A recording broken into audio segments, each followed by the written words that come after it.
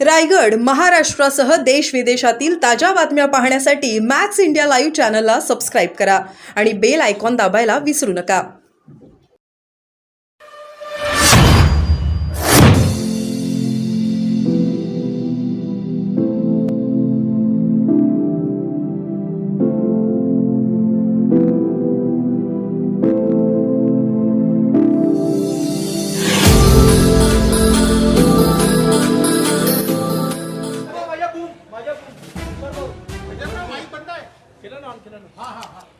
हो, आता प्रचाराचा शेवटचा दिवस आहे।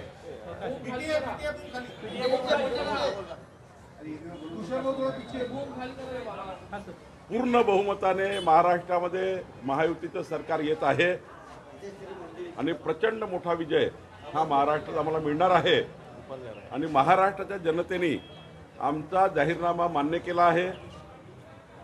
गरीब कल्याणाचा, मध्यमवर्गीय कल्याणाचा, शेतकऱ्याच्या कल्याणाचा, घरगुती वीज बिल 30% कमी करण्याचा, लाडक्या बहिणीचा, सर्व आम्ही जे 25 अत्यंत महत्त्वाच्या विषयावर आम्ही काम करणार आहोत राज्य सरकार म्हणून।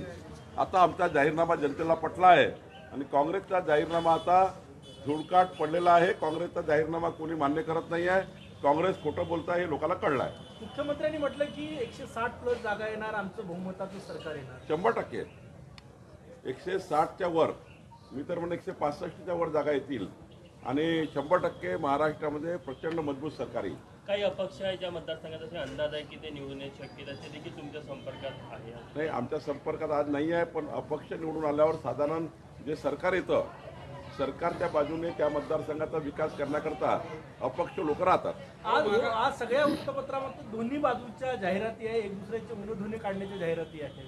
आमची जाहिरात ही खरी आहे, महाविकास आघाडीची जाहिरात ही पुन्हा एकदा खोटारडेपणा आहे। त्यांना माहिती आहे की आता जाहिरातीशिवाय काही मार्ग नाही, ग्राउंड घसरलेला आहे। आपसातल्या वादामुळं, महाविकास आघाडीच्या आपसातल्या असमन्वयामुळं महाविकास आघाडी ही लोकसभेचा जो त्यांचा परफॉर्मन्स होता तो करू शकला नाही आणि त्यांच्या ओढाताणीमुळं महाराष्ट्रामध्ये ते आमच्याबरोबर येऊ शकत नाही। प्रचंड ओढताण ही महाविकास आघाडीमध्ये आहे। कांग्रेस के नेताओं का, प्रियंका गांधी, राहुल गांधी, खड़गे जी का कहना है कि महायुति भाजपा बांटने का काम करती है, वो मोहब्बत की दुकान चलाते हैं।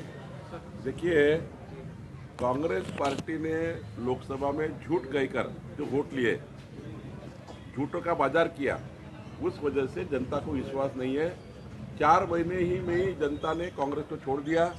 हरियाणा में जिस प्रकार से कांग्रेस को छोड़ दिया जनता ने, लथाड़ दिया, यहाँ पर भी महाराष्ट्र में ये हाल है। कांग्रेस का कोई भी मैनिफेस्टो या उनका जो जनता को दिया हुआ जाहिरनामा है, जनता तैयार नहीं है कांग्रेस के लिए। अभी महायुति की तरफ जनता का रुझान है और मुझे विश्वास है पुरे बहुमत के साथ महायुति सरकार में आएगी। शरद पवार म्हणतात सगळ्यांच्या नादी लागा पण माझ्या नादी लागू नका, असं ते या वयात सुद्धा म्हणतात। कसं पाहतात? त्यांच्या नादी कोण लागलाय? त्यांच्या नादी त्यांचेच लोक लागले आहेत, त्यामुळे आम्ही काही त्यांच्या नादी लागत नाही। खरं तर आम्हाला त्यांच्या नादी लागायची गरज नाही। आमच्याकडे मोदी सरकार आणि महाराष्ट्र सरकारचं एवढं काम आहे की आम्ही जनतेला आमच्या कामाने मतं घेऊ शकतो। आम्हाला शरद पवारांच्या नादी लागायचं नाही, त्यांच्याकडे बघायची नाही, त्यांच्याकडे पाहायचे नाही। त्यांचं काम त्यांनी करावं, आमचं काम आम्ही करतो। त्यांच्याकडे काहीच नाही आहे तर जनता मत कशी देतील? आमच्याकडे विश्वगौरव युगपुरुष नरेंद्र मोदीजी आहेत। आमच्याकडे मोदी सरकारचं काम आहे, महाराष्ट्र सरकारचं काम आहे, जनता आम्हाला साथ देते आहे। ज्यांचे हात स्वच्छ आहे त्यांना ईडीची भीती नाही, असं शरद पवार म्हणतात। त्यांना आता काय वारंवार करावं लागतं? तुम्ही सांगा ना। पवार साहेबांना माझी विनंती आहे, ईडी सीबीआयचा आता खूप रडगडण झाला आहे, त्यात वारंवार तुम्हाला मतं भेटू शकत नाही। तुम्ही काय करणार जनतेकरता? तुमच्यावर का विश्वास नाही? आता जनतेचा विश्वास का सुटला? कारण तुम्ही 6 महिन्यापूर्वी लोकसभेच्या निवडणुकीमध्ये खोटारडेपणा केला। आता जनतेला कळलं की लोकसभेत आम्ही चूक केली आहे। माननीय प्रधानमंत्री मोदीजींना मत न दिल्यामुळं काही चुका झाल्या आहेत, त्या जनतेनं आपल्या जनता त्यांना आता लाथाडते आहे। जनता पुन्हा मोदींच्या आणि आमच्या सरकारच्या बाजूने उभी होते आहे।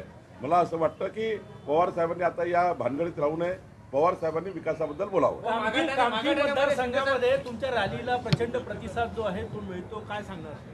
नाही, मी आधीच सांगितलं होतं आपल्याला की 1.5 लाख परिवाराचे हार्ट टू हार्ट आणि मॅन टू मॅन रिलेशनशिप माझी आहे। त्यांचे संबंध आहेत, पारिवारिक संबंध आहे आणि लोक उत्साहाने, कुणालाही सांगावं लागत नाही। मी जेव्हा प्रचाराला निघतो तेव्हा मी एकटाच निघतो घरून. मी घरून काही तापा न्यावं लागत नाही. मी एकटाच निघतो माझ्या व्हेकलनी. आणि काल तर मी कामठीमध्ये मोटरसायकलने फिरलो. मी सिंपली प्रवास करतो आहे, सिम्पली करतो आहे आणि जनता माझ्या मागे उभी होते आहे. त्यांना विश्वास आहे की चंद्रशेखर बावनकुळे हे आपल्याला पुढचे 5 वर्ष आपल्या मतदारसंघाचा विकास करतील आणि व्यक्तिगत रूपाचे, सार्वजनिक रूपाचे धर्म, संस्कृती, संस्कार कार्य आम्ही करू. देव देश धर्माकरता आम्ही काम करू आणि आम्ही निश्चितपणे या मतदारसंघाला पुढे नेण्याचा प्रयत्न करू. हे जनतेला माहिती आहे म्हणून जनता उभी आहे. भाऊ, मागा ठाण्यामध्ये शिंदे साहेबांचे उमेदवार प्रकाश सुरू यांच्याकडनं ठाकरे गटाचे उमेदवार आहे, त्यांचं आम्हाला समर्थन आहे असं एक पत्र काढून खोट्या पद्धतीने प्रचार केला जातो आणि त्यांच्या कार्यकर्त्यांना पोलीस नाही, मागाठाण्याचं काय मला माहिती नाही. ते तिथले उमेदवार सांगतील. मध्य नागपुरात काल जो प्रकार घडला, प्रियंका गांधी यांच्या रॅलीमध्ये काही भाजप कार्यकर्ते घोषणा देत शिरण्याचा प्रयत्न केला, आपण माहिती घेतली आहे का आणि त्याबद्दल काय सांगा? नाही, मला काही माहिती नाही आहे फार तिथली, कारण मी प्रवासामध्ये होतो. काल आमचे शिवराजसिंग चौहानजी यांचा प्रवास होता. पण मला असं वाटतं की लोकांमध्ये एक भावना आहे, ते भाजप कार्यकर्ते वगैरे नाही, पण भावना काय आहे की राहुल गांधी यांनी जे जाहीरपणे अमेरिकेत बोलले की या देशाला आता आरक्षणाची गरज उरली नाही, SC ST OBCला आरक्षणाची गरज नाही असे राहुल गांधी म्हणतात. त्यामुळे राहुल गांधीबद्दल चीड आहे. हरियाणामध्ये सुद्धा लोकांनी त्यांना आरक्षणाच्या मुद्द्यावर बाहेर काढला आहे. राहुल गांधीचं जे स्टेटमेंट आहे की SC ST OBCला आता आरक्षणाची गरज नाही म्हणून जनतेच्या मनात आक्रोश आहे. Thank you sir.